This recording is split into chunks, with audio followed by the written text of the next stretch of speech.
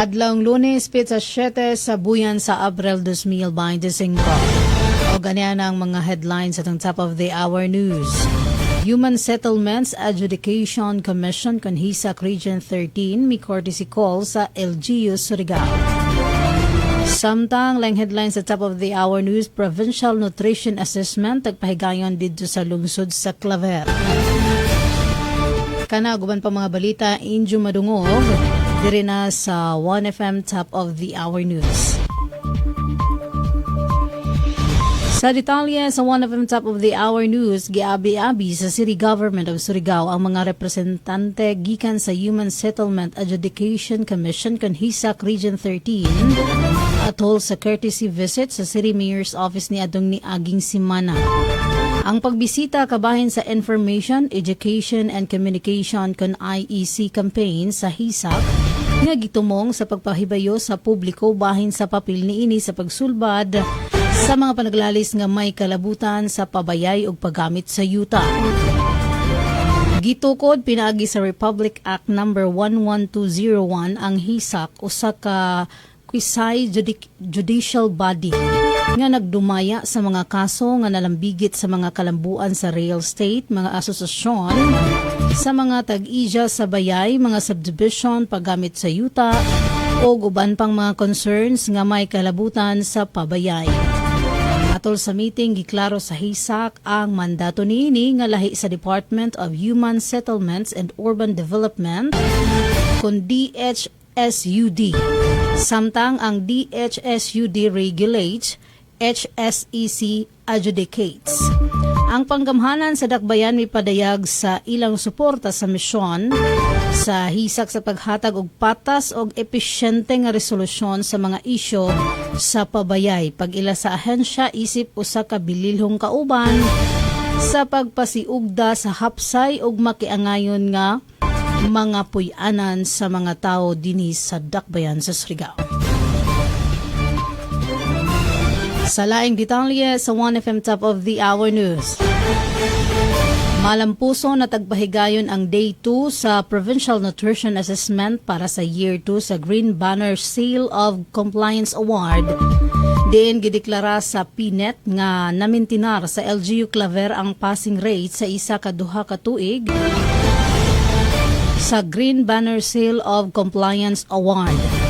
Ang mga pagbisita nagtumong usab sa pag-assess para sa Green Banner Barangay sa Kabugu for 2 consecutive years sa pagnguna na ni Kapitan Javi Gipolia og Orbestondo sa panguna ni Kapitan Larry Escotin. Nga kung diin kinahanglan mapadadyon nila ang maong passing rate for 3 consecutive years. Sa maong assessment usab gideklara ang tuyo ka BNS nga nahimong Provincial Outstanding Contender. Nga mao sila si Gina Asuncion Dalubatan, Amelin R. Balben o Rosalita Flores. Ang LGU Claver Consistent Awardee sa Green Banner Seal of Compliance ubos sa liderato ni MNC Chairperson Mayor Georgia Gukyanki o MNC Vice Chairperson Vice Mayor Lia Dagasdas Patan. O pinaagi sa Municipal Nutrition Office sa panguna na ni Chuna A. Corias, RN, M. Now Designate. Kauban ang MNC members.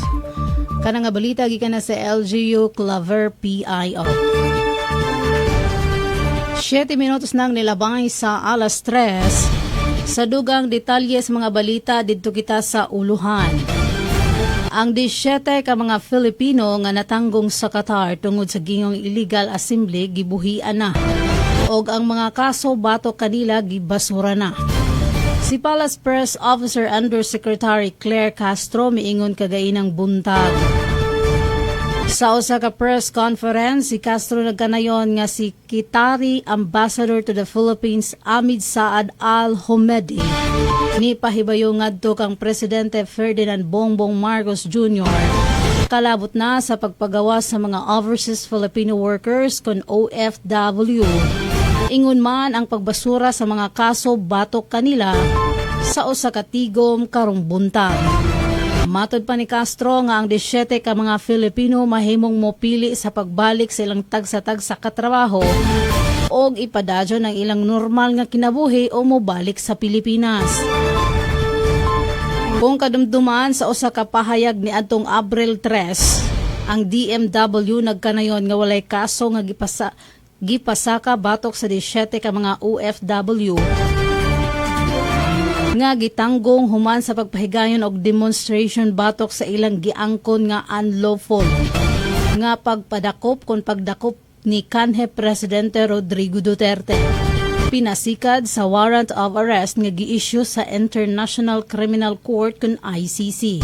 Taliwala sa nagpadayong investigasyon niini sa giingong mga krimen batok sa katawhan atol sa pagpatuman sa iyang drug war. Mga kato ang mga naglangkob nga mga balita diri na sa 1FM Top of the Hour News. Kini si Jen Ambid. Ang 1FM na mahimutang sa 4th floor Yepco Building, Navarro Street, Surigao City, and a proud member of the KBP, kapisana ng mga broadcaster ng Pilipinas. By the way, silom de ay naadlaw. Dunay paghimuon nga groundbreaking ceremony of the construction of swine breeder farm facilities didto sa Barangay Quezon. Silom jaon na adlaw. Jay ato invitation gikan na sa City Government of Surigao. So, silom jaon siya alas 10 sa bunta. 9 minutos nang lilabay sa alas 3. Marajaw na hapon, dakbayan sa Surigao. This is your only one. 1FM.